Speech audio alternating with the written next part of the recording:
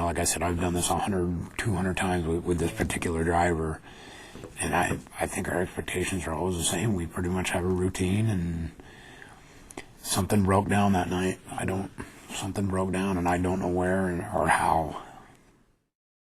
I believe he got out of his truck, and I think we talked real quick. I have no idea what was said. What I have heard is that he remembers maybe me saying that, hey, I'm going to lift your trailer up for you. Well, I believe he got back in his truck, and I started to, I guess, walk in front of the empty. I was going over to the crank so I could lift the front end of it up.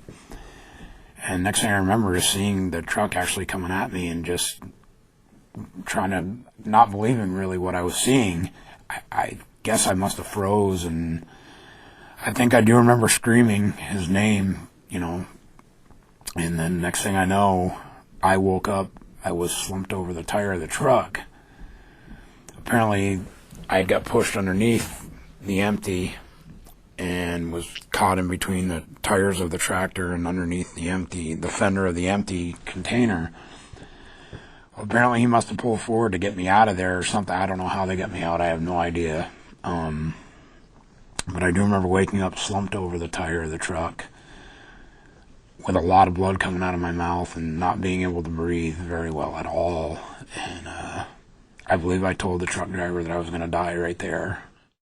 Like I said, literally done this hundreds of times, and it just seems so routine. And it's just, there's nothing routine in what we do. There's nothing routine in what we do.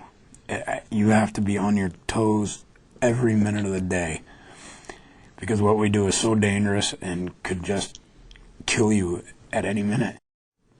I feel fortunate to be here. It's changed my outlook on life. Makes you think about what's important. For sure. Made me realize how important my wife and my family are.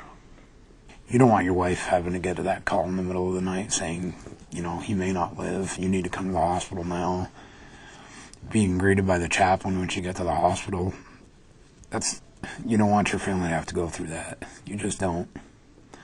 There's nothing routine in what we do.